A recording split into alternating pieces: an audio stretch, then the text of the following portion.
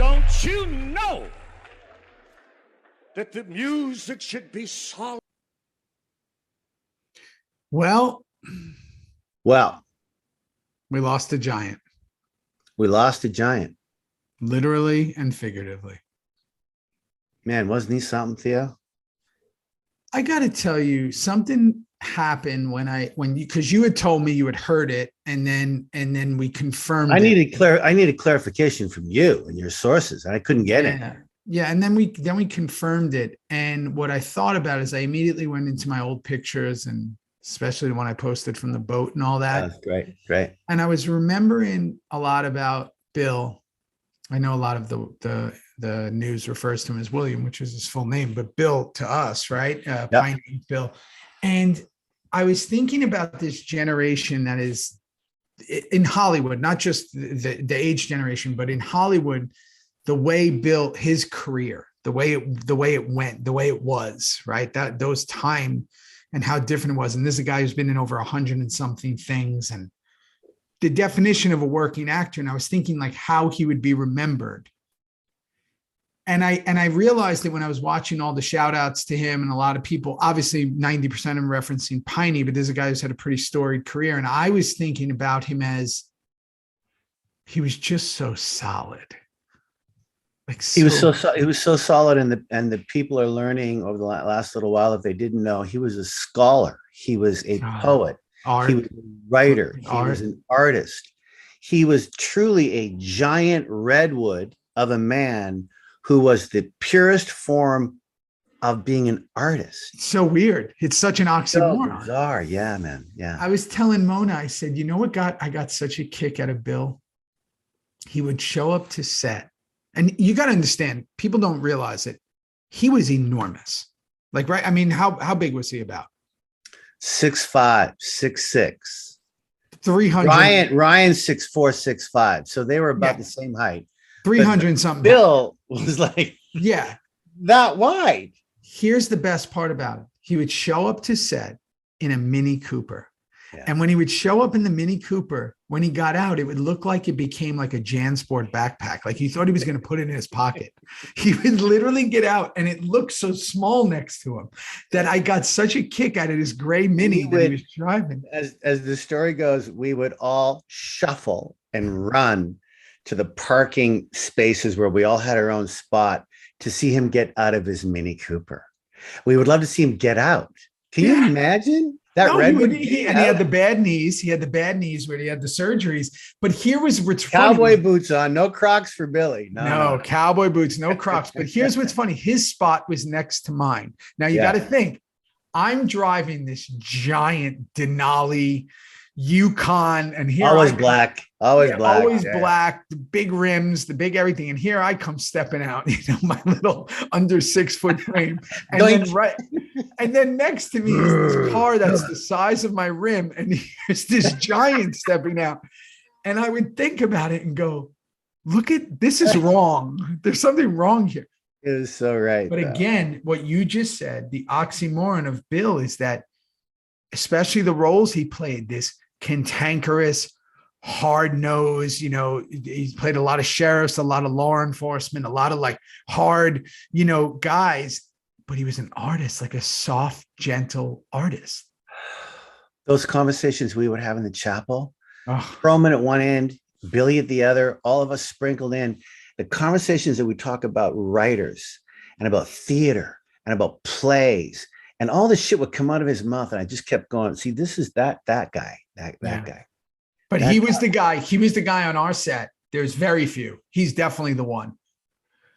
I've seen this a few times that when he spoke, no one else spoke. Yeah, there was no interrupting. Like we would all talk over each other. We would all be like, but if Bill was inserting himself into the conversation, you shut up. Yeah, because you knew that you were going to learn something. So you just go, oh, I'm not going to speak. Like Jimmy Smith is similar, right? You go, oh, I'm not going to speak, right?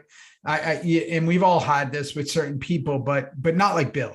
Bill was different because he had worked with everyone. I mean, he was on, God damn it, he was on The Incredible Hulk with Lou Ferrigno. Like he's literally worked with everyone. And he's been around this business and seen all the amalgamations of it, all the different forms. And he was a young man, 80's super young. And I just want to give a giant shout out. Big love to his family. Yeah, big love. Big love to his family, to all his loved ones. But man, I love that dude. I never saw him and didn't get happy like every time I saw him. And we had something special. And he wasn't with us at all the things. He wasn't like but he was like an overseer. And when you got to work with him, my first, as well said, my first scene with Billy really was in season 1, episode 2, 3, 4, something like, I don't know. We were in a bar and he was sucking some tequila out of a straw. And I remember me putting my arm around this redwood of a man and getting close to him. And he had those things up his nose, and I wanted to pull one out and put it up my own. And the point was, he literally let me play with him in the scene because he was always open to whatever you wanted to do. And yet he couldn't be moved. He couldn't be shook. He was just solid. No. And I said to Opie yesterday I wrote to him, he didn't suffer fools or foolishness. No. Like I would watch him sometimes. He would watch someone talking, probably sometimes me, but he would watch someone talking and he would just sit back and you'd see him watching and he'd go, you sound like a fucking idiot. And you just go, yeah, I guess I do. Yeah. Am I frozen here, Theo? Oh no. Just hit your camera on and off. Hit it on. Ready. Where are you? Where are you now? What is happening? Where are you? Oh no, and I'm recording. I just don't have it. Yeah, we are recording. I don't have me though. Just hit your camera on the bottom left. Yeah, I've got it. It's on.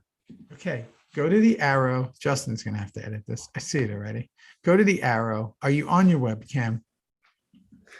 I'm on my special webcam. Yes, I am. Go to the arrow down by your video. Hit the video button. Down on the bottom. Hit the video button. If it says stop video. Yeah. I just hit it. Now hit it on again. Now click it. Yep. It's not working. We're going to have to end this and come back. And Justin's going to have to edit again. Unbelievable. I don't know what to tell you with my fucking Wi-Fi with anything. I don't, just go off and come back on. Okay, let me try. Jesus Christ. And we're back. Yeah. Justin's going to edit that. So if you notice, everyone, while we're in the middle of our beautiful William Lucking, Bill Lucking tribute, Piney tribute. Kim is in another new place. You're seeing some familiar stuff behind him if you're watching this video. And same old problems, guys. And you can sit there with that incredibly Bill Lucking smug face and just go, same old problems. But you're not in my problems chair. But every be in this chair, I know, is a fucking drag when it comes to technology. Yeah. I need Billy more than ever. You do. You need him to tell you, what the fuck are you doing there, son? He'd be going, let's go fishing. Oh, no. I'm frozen again. What? See? Frozen. There you go. Oh, my God. Hey, bud. You might have to do it from your phone. Well, you're back. There you are. Can you hear me now? Yeah, I hear you. Okay, this is the last. That we went out again. So can you talk? Yeah, I'm talking. Okay, great. So I thought you were like, is you frozen again? Okay, this is the last time, and then it's obviously a connection shit. But listen, I don't want to rush the show. It's we're gonna make it work. And if it doesn't, we're gonna figure it out. It's too important of an episode. But just to go through some stuff, I mean, yes. We've lost a lot of people who have been on that show, and Bill is definitely a really important part of that whole thing that we did, and he'll be sorely, sorely missed, not just by the community of the Suns fans and all that, by Hollywood, but just by everyone. I mean, he was truly a giant. He's a good dude. Rosie said it best on Twitter today. She said about how the last week, seeing you and then seeing me, seeing Bobby, seeing all these fans, these incredible people around the world that love our show and just love to come out again and see people again, to going to Canada, to crossing the bridge, and then to share in the death of Billy, William Lucking. I mean, it's just been from the beginning to the end with Rosie for the last couple, 2-3 weeks. And she's right. Life is very full right now for everybody. Yeah. And it's funny, like when you think about, I was thinking about Bill last night, and I was thinking, like, you talk about the definition of an artist, because we spoke earlier and Justin will edit all that in, is what an incredible artist he was, is he really did it. Like, as an actor, right? He's a true blue working actor. Like, Sons was his big pop, right? And he'd been in a bunch of other, like we said, a million other things. So many things, over 100 things. But Sons is the big pop for him late in his life, right? Yeah. And there's a guy who just made it on his own terms. You know, he did his thing, and he'll be remembered by many, forgotten by some, but he did it his way. And I think that is, if you ask what a full life is, that's it. That's a full life. He did it on his terms. And man, I'll put him up there with anyone. You tell me the best actors in history, and we can go through them. We all know, we've spoken about most of them. You throw Bill in the scene with him, he's taking the scene. Yeah, no, it's amazing. Right? What did DL say about something unsaid about you? Oh, with me, yeah. That was at fun. The end of the day, you were gonna go, hey Bill, I wanna. And he put his big arm around and said, listen, son, if you're looking for a friend in this business. No, he said that before he put the arm around. He said, hey, if you're looking for a friend in this business, buy a dog. Buy a dog, yeah. And then he gave me that and then he put his arm around me. And that was one of the times I would go to Billy's trailer, and he would lumber up those steps. You know, he always had the bad knees, right? He was getting his knees operated on. Yeah. And I would just sit there and I would ask him. And that's when I told you, he told me the story about George C. Scott and all these other stories about that he had been through when he was young. And he was one of those guys that just loved sharing his journey in the business. And I think he felt really comfortable with all of us, because again, the beauty of Sons, I've said this a million times, and it really is the secret sauce of that show, is we were all blue collar working actors. There wasn't stars coming in. Everybody said, well, Katie was a star and Jack was a star. Sure. But not really. Charlie wasn't really a star. Charlie wasn't. He had Green Street Hooligans. He wasn't. That's it. He had a couple of movies and a couple of Katie was a TV star. She had never done what we did. Right. She never done that dark. So it was like we were all new, even though we'd all been working forever. And because of that, there was no egos. It was just like the Emilios and the DLs and everybody. It was like we were all, and Bill felt so safe in that environment because that's who he was. We were all of the ilk of Bill Piney, right? We were all coming through that way. We worked our tails off to get there. Yeah. I remember, that's well said. I remember when Brando would try and find him a new helmet as Piney. And he went, no, this is the lid. He could barely get it on his head, and he loved it. He loved it. He loved the humor of it. He loved that his head has grown in the last 40 years. He loved it all. He said, no, this is good. He had to squash it on his head. And him and Opie had a special relationship. Him and Ryan, they had that thing, and Jax had some great scenes with him. And boy, no doubt. Yeah. So he'll be really missed. Yeah. And it's really interesting in this episode where we spend a lot of time in the Piney cabin. It's amazing. Yeah. So this episode is episode 2 of season 6. It's called 116. Do you know what that is? I do. What is it? It's a Roman biblical from the Bible saying, which means you're pretty proud of whatever religion, probably Christianity, that you believe in. And you might even put it on as a tattoo, 116 on your arm, on your body somewhere. Yeah. And I think, I'm not sure, but I know our family will tell us. I know when Lee Torek starts spewing that Christian biblical thing through the window. Oh, I thought he was doing like a Hamlet thing. Okay, good. That might be 116. That might be part of that actual Bible saying. Yeah. Yeah. About love. And he was doing something. We'll get to that. I didn't know what he was doing, but listen, God, there's 2 seasons left. We're already on episode 2 of season 6. Why does every time I get through my technical difficulties, there's so much love for you and what we're doing, and then I get off this thing and I get on with my life? Are we doing another one? Another one? And we got some stuff on Patreon we got to do this week before I travel. We have to do. And I leave in a couple of days. We got to do a theory, right? Yeah, so we have to do a theory. We have to do a Q&A, and we just did a bunch of greetings, which is cool. We sent out those. Yeah, that was. We have to do a theory episode and a Q&A. I know what I want to do the episode on. I kind of have an idea of that. And theory? Then, yeah, I do. And then the Q&A, which I really want to do, with all the new people who have joined, and then we're racing towards the end. Okay, second episode. Here we are. And let's not forget, we just came off something pretty cool. We had we had the 5 ladies on, which was, I got to tell you, smooth. Went smooth. Boy, I got the Irish exit that. I had to go to Niagara Falls. I had a bunch of people waiting to go. They didn't care. Sarah and Rosie picked up the slack. Jess picked up the slack. Yeah. Yeah. Fee was like, I got this. Lemansky. The girls are on Kim who? fire. Kim who? Yeah. So, but now it's just back to just little old me and you. And little old me and you now. We open up with Jack's riding as well as Gemma. That was my pun. Did you see what I said there? Yeah, I did. Jack was riding as well as Gemma.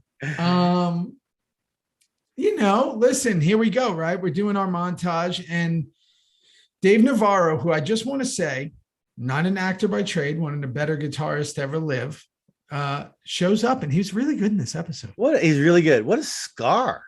Yeah, he's really good. I mean, I had to look at photos of him back in the day with Chili Peppers and everybody. No, I'm not here. You got phones, right? Sorry, I can't. Now you got phones, people, right? can you Is please? That a fax machine? What do you got? No, this is my phone. Why don't you shut? From?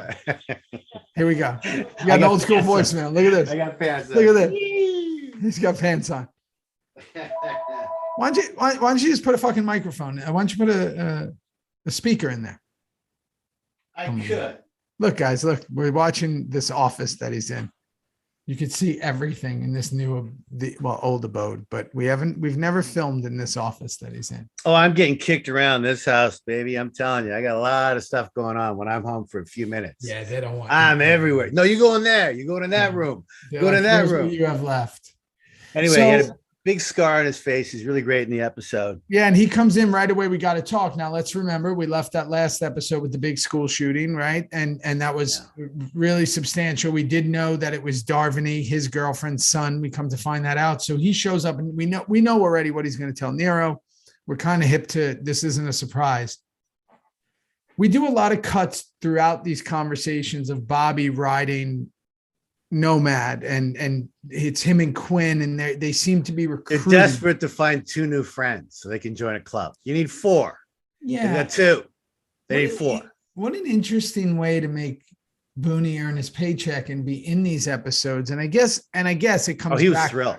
He was thrilled. He loves riding his motorcycle. I mean, what? No dialogue. Thrilled. Drinking a beer. No dialogue. Stroking the beard. Pretending we're in Vegas. Thrilled. Yeah. Thrilled. They put the Vegas signs up. And you always hear the fans like, was he really in Vegas? Was he really in Vegas? No, he was not. Why would he go to Vegas? So he tells Navarro's character, I forget his name, tells Nero and Gemma about the shooting, and then tells him it was his gun. Again, he's great in the scene, which I always love. I think that artists are artists, and they can make it work. And he made it work, especially when you're with Jimmy. So we cut to Clay with Turk. We're really starting to get to learn who this guy is, right? More and more and more. Boy, I forgot how good Donald was in all these episodes. Just great. His movement, where he stands. He stands so behind ballsy, him. like so ballsy. His lines are ballsy. They're all like with commitment. He's got so much pain inside his body. They're all committed. He's telling everyone what to do. He went right in with Clay. Big offer for Clay. How does Clay say no to that? Well, he doesn't say no. He just says that I need to see Gemma and Jax. Yeah.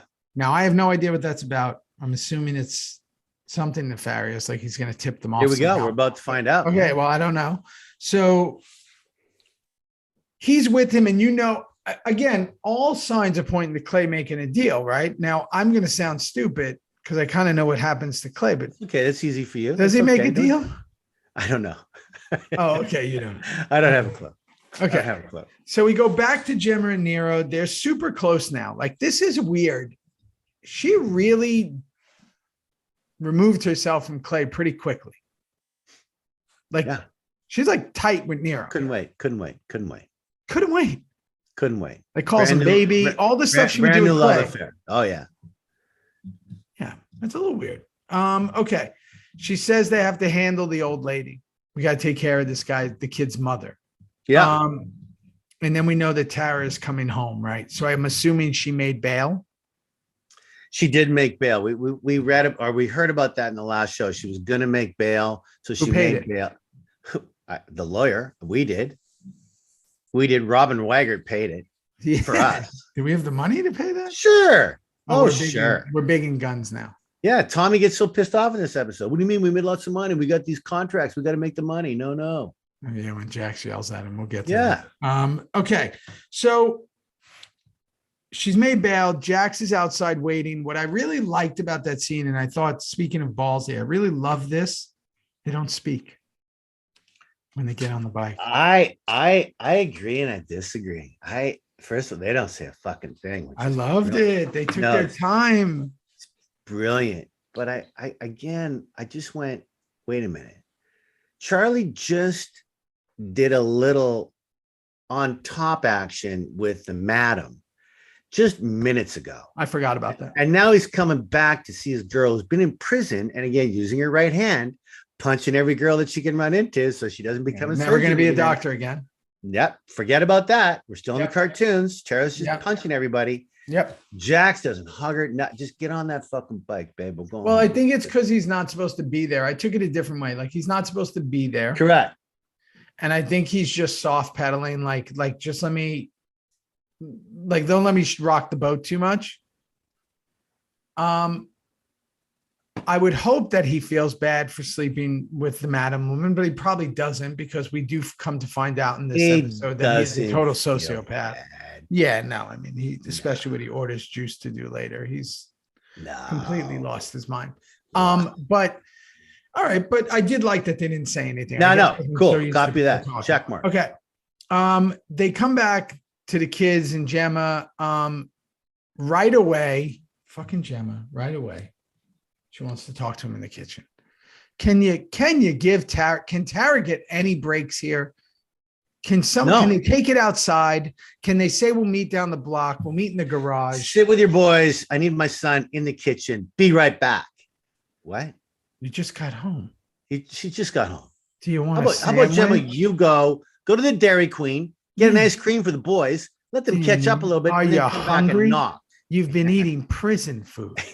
I made mac and cheese. Do you want something? Yeah. No, she doesn't even offer a real food. No, not how she rolls.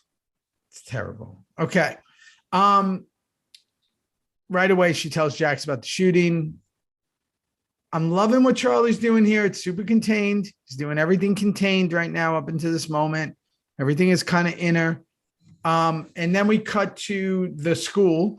And my buddy C. Thomas Howell makes an appearance, if anybody knows who he is. Love that guy so much, man. The Outsiders. Come on. He became famous. All those boys did way back in the day. He's a fucking good dude. I went to a game. Coppola. Yeah, I did a movie with him, a big Western with him. And man, can he ride? Holy shit. Yeah, he's got a farm. Yeah. He does rodeos and everything. You've done a movie with him, right? I didn't do a movie with him. I've hung out with him. I went to him. Yeah. Yeah. Me, him, and Billy Zane. Oof, there's a triplet. And Mona. No, yeah, it was us four. What a foursome that is. Billy Zane, C. Thomas Howell, Mona, and me went to a game in San Antonio. And I know all those guys really, really well. It was Billy fucking crazy. Oh, crazy.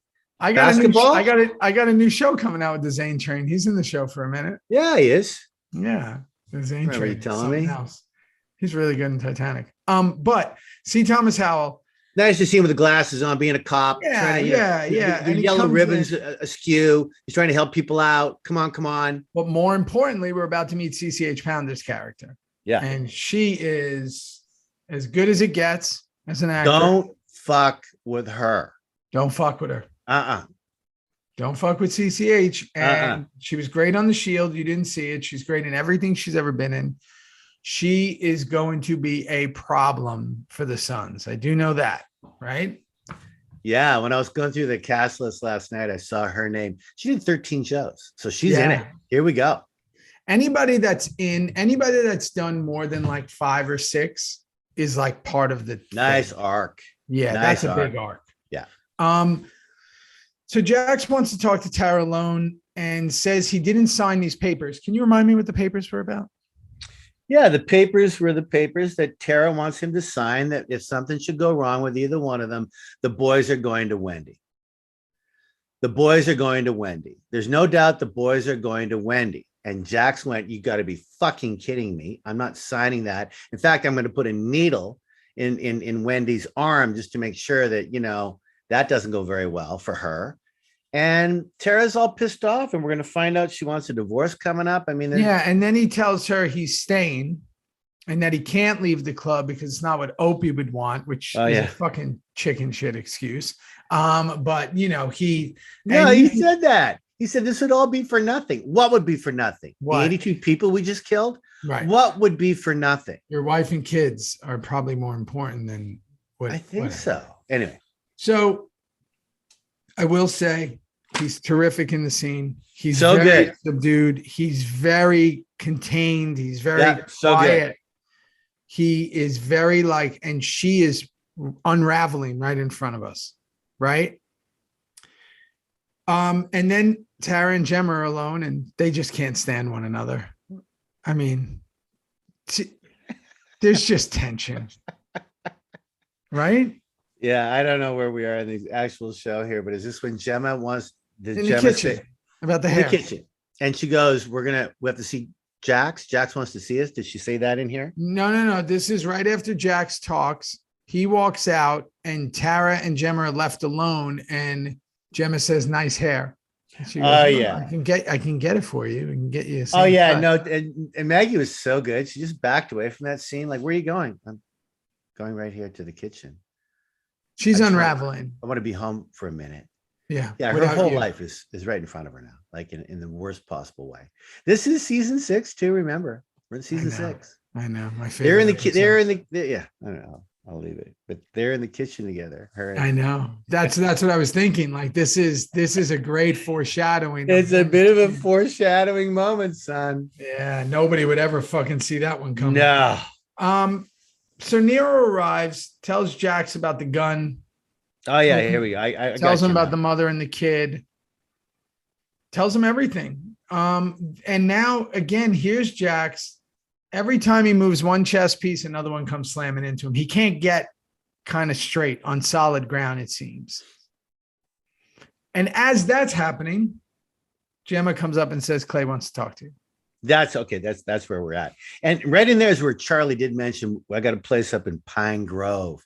And I knew right away, we had a cabin on Pine Grove. I'm going, oh, that's Piney's spot. I forgot that we went to Piney's cabin for the whole climax of this fucking show coming up. I mean, my God. Isn't that weird? Come on, Theo Rossi. It's cool. You can't make this stuff up. We lose William.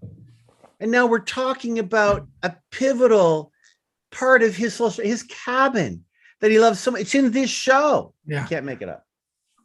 And the Piney character's blood is probably still in the walls. No doubt about it. And did Opie just decide that the cabin is the club's? How did he get the cabin? Oh yeah, no. We took that cabin over. We took that cabin. Oh yeah. Huh.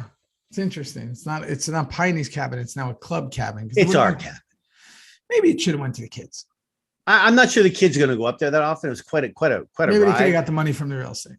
Maybe that's coming up, but the show's over by then. Yeah, it's true. Right now, we need that fucking cabin. We need that cabin. Juice has a pillow job. He's got to use that cabin. Well, I'll tell you. So then my other buddy makes an appearance when we go to Bobby, who's recruiting, and Steve Howie shows up.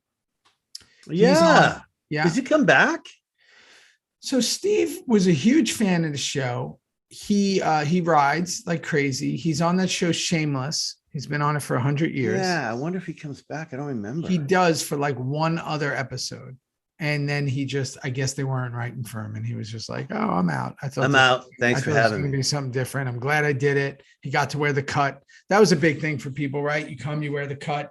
You're in the universe. You're in the part of the Sons world. And then it was like, oh, you barely write for your other regulars. Like, you're not going to write for me. I'm going to get out of here. Yeah. You had to sign your name, your children's name, where you lived, what you drove, how old you were. Did you have hair on your chest before that cut went on your back? And at the end of the day, they didn't even care about my weapon, my knife, microphone.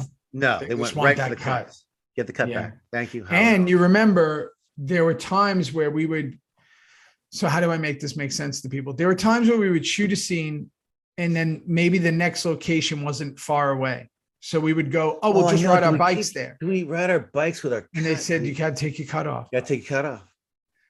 Because they were worried about law enforcement. Oh, yeah. You can't ride a cut if you're not part of a real club. We weren't a real club. We're a TV show. Yeah. And you'll get smacked up. A lot of trouble. Yeah. So that was interesting. So Jax tells Tara he'll see her later, leaves her alone with Gemma. Oh, that's when they talk about her hair. You're right. Jesus Christ, Kim. That's right. Yeah, go ahead.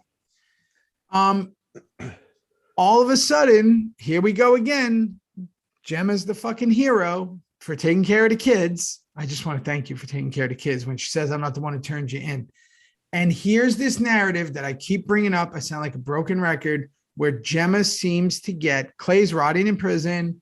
Jax is turning into the evil bad guy. Gemma's just coasting along.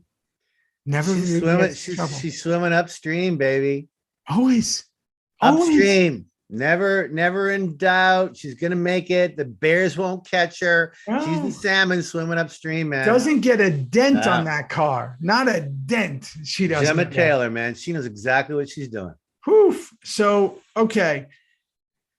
Now we're at the school again, and Turk's talking. This is where CCH comes out, right? Pounder? Yeah, and he's very direct with her. He's very direct. Like this. He's not even trying to show that he just wants the Sons dead. And I just love how Lee keeps handing everyone his business card. He keeps saying, here, take my card. Just take my card. Take my card. Take my card. And he's so eccentric. Heroin up in a minute, but take my card. Right? Take my card. I have the most, and at that point, she's kind of, I love the way she's looking at him. Like, who are you? Who are you again? Yeah. That's so, again, we start to learn that relationship. And I got to stop you right here, because rather than me say it a lot coming up, I'm going to say it right now. This is part of season 6 where, goodness gracious lollipops, did we ever have some great guest stars? Like great written arcs of 6-7 shows, the kind of stuff that I liked to do back in the day. Yep. And they write for you. Yep. Right now, right here is where it became very evident. And I remembered me, Kim Coates, so happy to be on this show. Come on. We're on one of the biggest hits of, and I'm love. But when Sutter couldn't write for Tig, or couldn't write for Chibs, or couldn't write for you, or man, you just had to be part of the narrative, watching this incredible dialogue, incredible scenes. Not that we didn't have that, because we did, of course we did, but never enough. It was always right. No, there was something, and I think you're being very nice about it. There was something weird that he didn't. Do you know what I mean, Rossi? No, I know. It when he wrote for us, it was great. But when I say write for us, like if you, and again, I'm talking, let's talk straight dialogue. Nero has a ton of dialogue. Okay. Turek has a ton of dialogue. Like that's a lot of the script. Those are guest stars. You're not really focusing on the Sons. While we're the show, you're really focusing on how those outsiders propel what happens with the Sons. Right now, heavier than all. The next 3, 4, 5 shows you watch. For sure. CCH, everybody. And that was a bit of a difficult thing to swallow a lot. It kind of was, listen, we're being honest here. You would go, man, I love doing this. And I'm going to, when I do get something, I'm going to eat it up. But, oh man, that would be cool if I got to dive into something like that or something like that.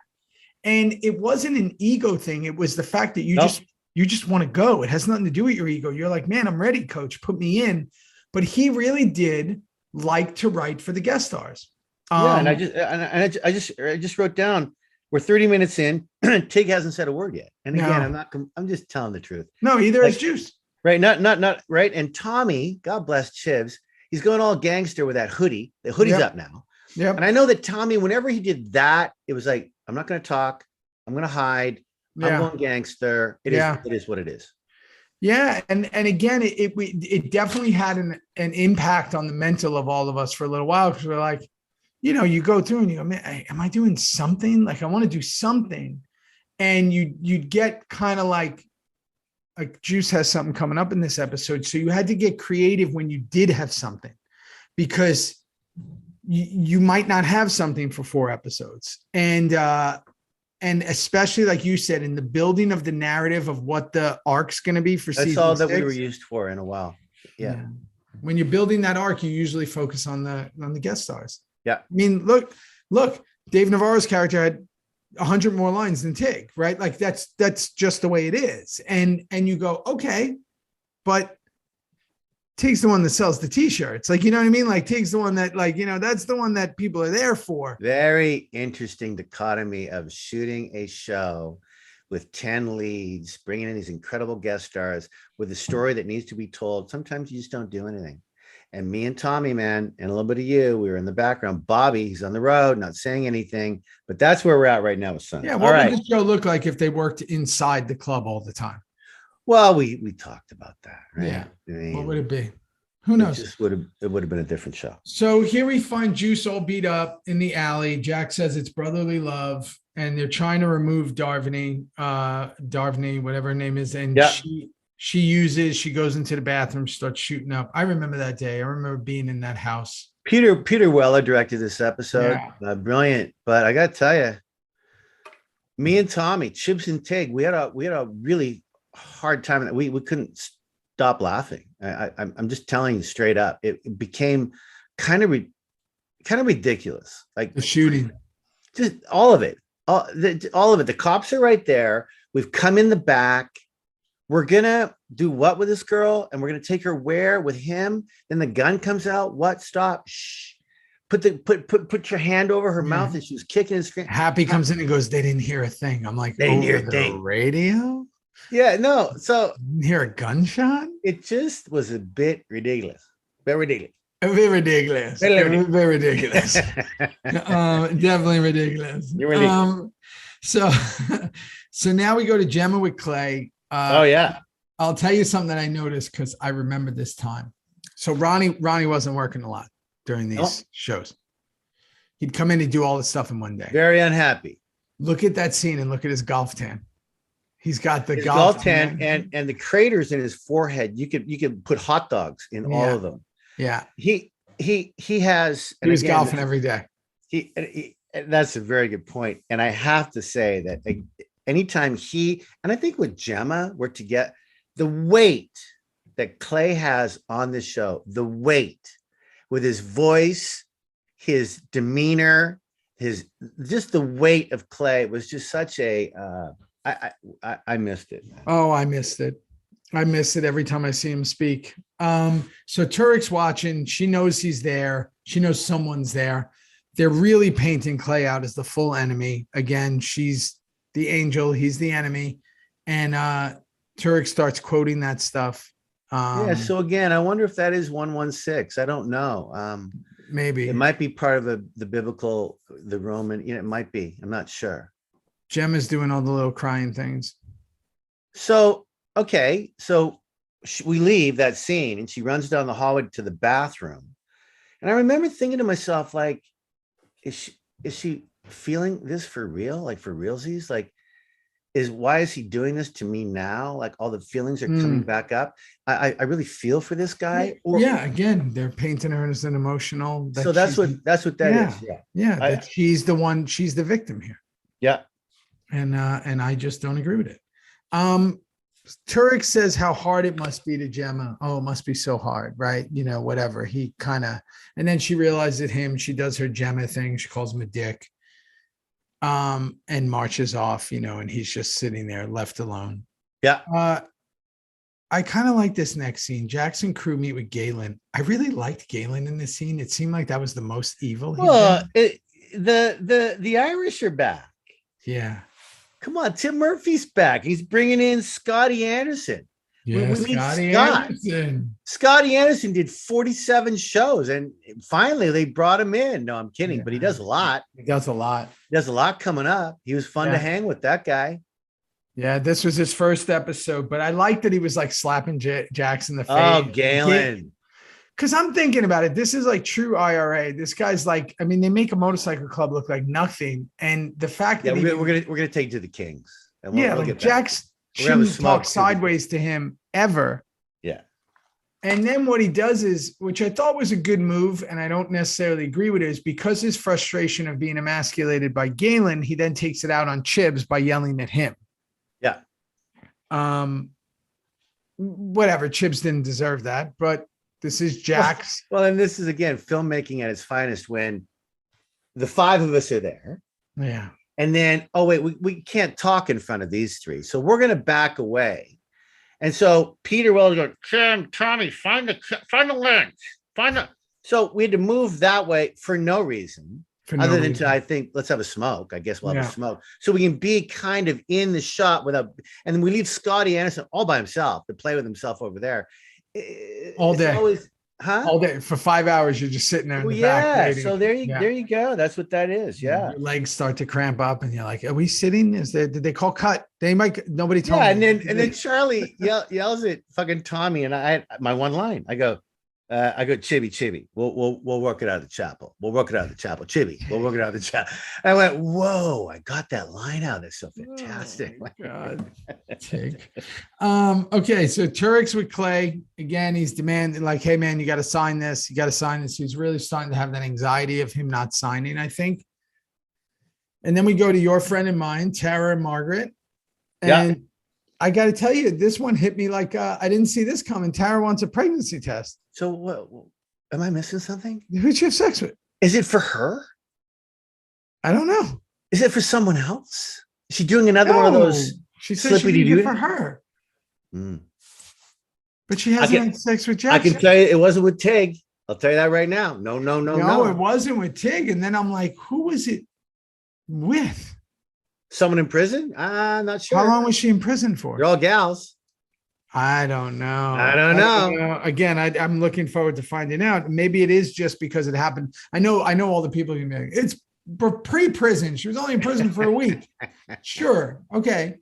But I don't know any of that. Okay. Over my pay scale. Okay. Me too. So Tara's back at the house with the lawyer, and this is where we hear the word divorce for the first time. I went, Theo. Wait, what the fuck? Tara wants a divorce? Yeah. I forgot about all that. Me too. She wants out. Okay, now we're moving. Now we're getting closer to Oregon. Now we're getting the redwoods. Yeah. I want a divorce, and she's trying to get all her affairs in order before doing it. So good for her, right? Again, you know me, Team Tara, or whatever they say. I just want her to get out. I know what happens. What would Tara do?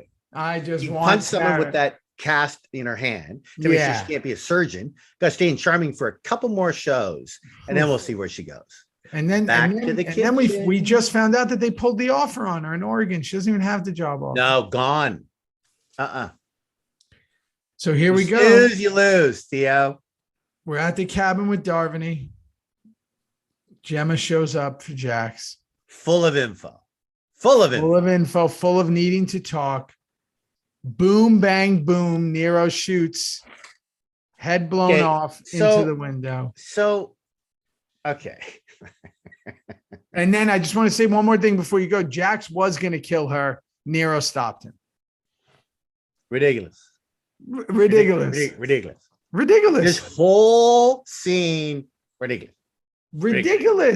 First of all, Jax is a cold-blooded murderer. Ridiculous. Jimmy's a sharpshooter. Might as well be American Sniper. And he's using like a pump action Christmas Story red, whatever. Yeah, it's a Bill Lucking special. He's had up there for fucking ever. You'll shoot your eye out. He's using like an air gun. Stupid. No, ridiculous. The whole thing. No, not ridiculous. Shouldn't have happened. It did, and it could have been about 14 minutes, like lighter on both ends, if we just would have killed them both right off the bat, and then put them in the room. So let's drag it out. Let's drag it out. Let's make you try to feel something. So now Bobby has 3. He's building his squad, as they say. He has his 3, right? He's one short. He's one. I thought you needed 5. 4. 4. Wow. Okay. Well, maybe it's 4 plus Bobby. I thought it was 4 total, but I thought it was 5. Okay, whatever. Who cares? Now all of a sudden, Turk with these hands, he's banging his hands. I don't know if that's a heroin thing. I don't know. I don't have experience with it outside of ecstasy that was laced with it. But I don't know. Was he banging his hands? I think it's just simply that he needed Clay Morrow's signature, and he'd been practicing it, and he practiced it by smacking his hand. No, I'm kidding. I'm totally kidding. Oh, what was he doing? He was just trying to write the goddamn name down, and the hands weren't cooperating because he needed another little hit. Oh, he needed like a pat on the back. Pat on the back. Come on, get me going, hands. Wake up, wake up, wake up. Okay, so Jack's tasked Juice. And forgot all about that, bro. Right, me too. So before that happens, Turk runs into CCH and he's plotting. They're plotting. We cut back to Juice shoots her up. I remember this scene so vividly. So weird. How was the gal? She seemed really great. I mean, she's really great. Really great. Tough couple of stuff to do for her, really. Like it was tough. We had a long talk before it.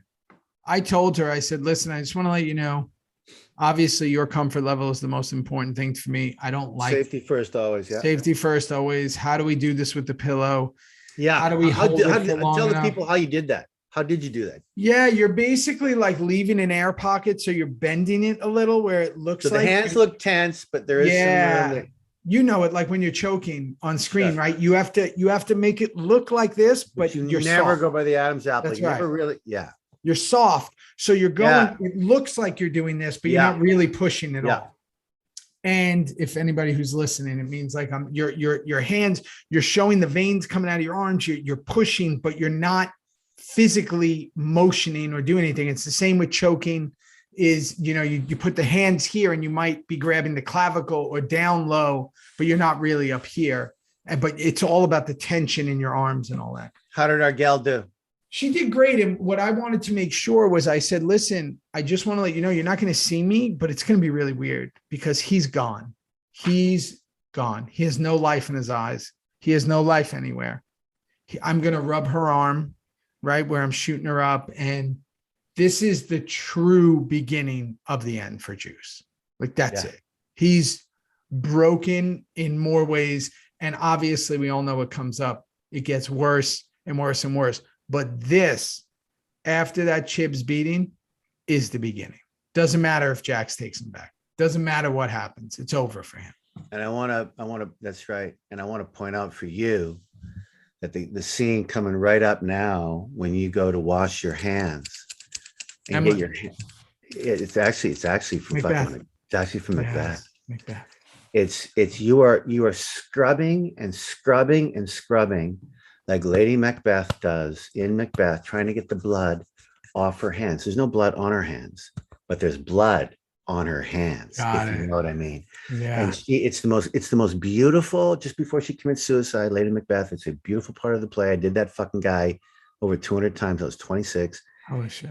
And Marcia Cash, who played my wife, she was just like trying, and just it brings tears to these two, in a way, evil people who have done what they've done. And now it's all coming back. And it's all going to haunt them. And Lady Macbeth has been haunting her whole. That's what you're doing with trying to get the blood. Yeah, and he is, and it's such a great word you just said. He is fully haunting. haunted. Yeah, fully haunted, Theo. Haunted about Clay. Yeah. Haunted about his mistakes. haunted about everything. And again, what I think and why people related to these characters is that Juice was this innocent, no question, person and got caught in the tornado of Gemma and Jax and that world. And I use them two the most because I think they're the most manipulative. So he's aggressively cleaning his hands. We cut back to Torek going into Diosa. So there's something here I want to talk about, but he goes into Diosa. Natalie Sky, our girl. Natalie Sky comes and introduces. Yeah, beautiful dialogue in there. Great job. Yeah, great job. Shout out. Gives. Not too much security. Kind of tells him right away, you can have anything you want. So he's there. After that, we go to Nero trying to figure out what went down. He's spazzing a little. Yeah, he wants to know what happened.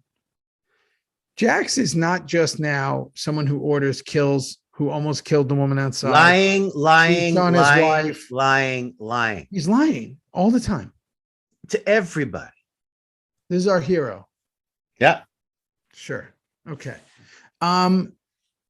He lies like Gemma now. He's basically become Gemma. He's not just JT. To survive. He's trying to survive. He's just lying his way through everything. Now Jax takes Juice back in. Gives him the kiss. Seals it like you're in. Juice doesn't care. Doesn't matter. He's finished. Can I talk about that though for a minute? Yeah. I think really interesting that Sutter wanted to do that then, because you were with her the last moment, the needle, the thing, helping her out, giving her some smack. She's dead. She took too much. Oh my God, not our fault. But for Jax to go over to Juice, which I think was fucking cool. But Jax ordered it to kill her. Jax ordered Juice. I know that. My point is to physically kiss you on the head in front of everybody. Oh, okay. I'm just saying, okay. So Nero's seeing him kiss for what? He gave her too much smack and she's dead. Like for what? It was for him. It was for Jax and Juice. But it shouldn't have been for everybody. We all saw it. So because if you're Nero there, you're looking at Nero, you're going, what's he fucking kissing? You know what I mean? It's what did he do? What did he do? Yeah, he's been quiet. He looks weird. What's he doing? He did something. He knows he's got this gigantic show opening on the 24th of November in 2021 on Netflix. So he's freaking out about that. Here we go. He wants answers. So Clay gets to stay longer. Jackson, Tara at the house. Turek with the girl. Now, okay, here's my question. What does this have to do with anything? There's something. I have no idea, but I did write. I have a really bad feeling about this. So do I. And also, am I reading this wrong, or was there a connection that she either looks like Tara or his sister? Was there something he was trying to do there? Wow, I don't know. He was looking around and stopped on her. Yeah. Why? There's something going on there, Ross. I don't know what it is yet. Me neither. So thank goodness we're going in order. Thank goodness we're going in order. If we're going season 7, episode 3 right now, I'd be a nightmare. She is, for some reason, they're spotlighting her for something coming up. Let's see what it is. Correct. Right? Okay. So we're into that kind of montagey thing, right? Bobby plotting. He's also haunted. He's thinking about everything, right? But these are his decisions. And there was a little shot. I don't know if you noticed. And why would you know? I mean, Tig's not even in the show really, but this episode. But there was a shot of Tig looking really fucked up still, like still looking at there was body. A lot of shots of Tig in this. I don't know if that was your choice, where even when Clay was mentioned, you got fucked up. Just really bad news in his head. Remember when I was the last guy over the building. I was the last guy. It's like he's in the background. He doesn't even. He's still fucked. He's lost. But that all had to be intentional, because even when Galen mentions Clay, you're kind of like you're looking around when he's like, "I know Clay," and the one thing he's not is sloppy. Yeah. So you kind of look like fuck, because you know everything, right? Yeah. And I think that if you, God, this is missed opportunities like a motherfucker, because it's like you got Tig who's battling with these two things, setting up his oldest friend, and also being under Jax's thumb, you could play with that. Like you could have fun with that. Yeah. We didn't have time. No, we didn't have fun. Nero's burying. Everybody's around. I remember that night. I do too. Juice has no feelings. Juice is gone. He's just standing there, blank faced. No, you were gone, and I'm with Gemma. I'm gone. I'm looking down at the bodies being filled up, gone. We're all upset. Like, who are we killing now? What's happening? And then it cuts to the ultimate gone, where Tara's gone. So let's talk about that. Yeah, I know that the last episode we're with Kimmy Dickens. That's what Jax is with. The madam, the madam. And now he's with his wife. Yeah. And boy, there ain't no joy in Mudville right now. There's no lovemaking. That's a good line. There is no joy in Mudville. No joy in Mudville. I don't know if they'd like it to be called Mudville, but it's definitely they probably no joy don't. But there's two faces not looking at one another, and they're doing the thing, and there ain't no joy. And I think she's saying like harder, like there is no joy there. No joy. But compared to the ending of the last episode, joy. Yeah. So they're completely getting distanced apart at this point. Yeah. And you can sit here and say whose ever fault you want it to be, but I'm going to point it towards the sociopath. That would be Jax Teller. Rossi, you're the best. It's so true. No, come on. Look at us. Look at this beautiful show. This dark. I just spent time in Vegas with a big charity. I was in Niagara Falls. Booney and I were in Philly. You're about to do another huge fucking movie coming up. I'm going to Liverpool. Yeah, I was almost going to join you. You were supposed to, but you can't. I was going to. If I wasn't filming, I'd be there. You and I are going to Germany. Be there. Perlman will be there. Ronnie's going to be. Yeah. Do you know what's going on? Yeah, I think he's in London right now. Yeah, he'll be there. Doing a little gig. I need to call him up, but. Yeah, I mean, listen. Hey man, we got a lot coming up. I think thanks for hanging with me in this fucking technical shit. No, of course. Justin around. will edit it together. It'll be fine. And then we'll get all our other stuff done. And then I think let's do a guest. So we'll have like a week off because we'll do not a week off. We'll never have a week off, but we'll do a week where we do it. What a great idea. Yeah, let's do it. God, I wonder if I could grab Booney over there. Oh, he's there? What if me and Booney talk to you for 45 minutes? Just me together. Yeah. It means you'd have to sit next to each other. That's fine. Lots of room. All right. That might be a show. Booney might be in for that. Yeah, you have the same mic, but I don't. Yeah, that would be good. Let him do all. No, he'd be right fucking here. Or turn his computer on beside mine and we'll zoom it. Well, my point is, keep him more focused. Huh? Probably keep him more focused. Oh, I would keep him more focused. Safety first. Right, Booney, no. Booney. Safety first. Let's think about it. I like that idea. All right. Yeah, because we got him. Emilio's out there. Charles Murray is directing an episode coming up. We got a lot going on. Charles Murray is so beautifully heavy for us in this season and season 7. Yeah, people can't wait to talk. Listen to him. I want to hear what he has to say about coming into the madness so late.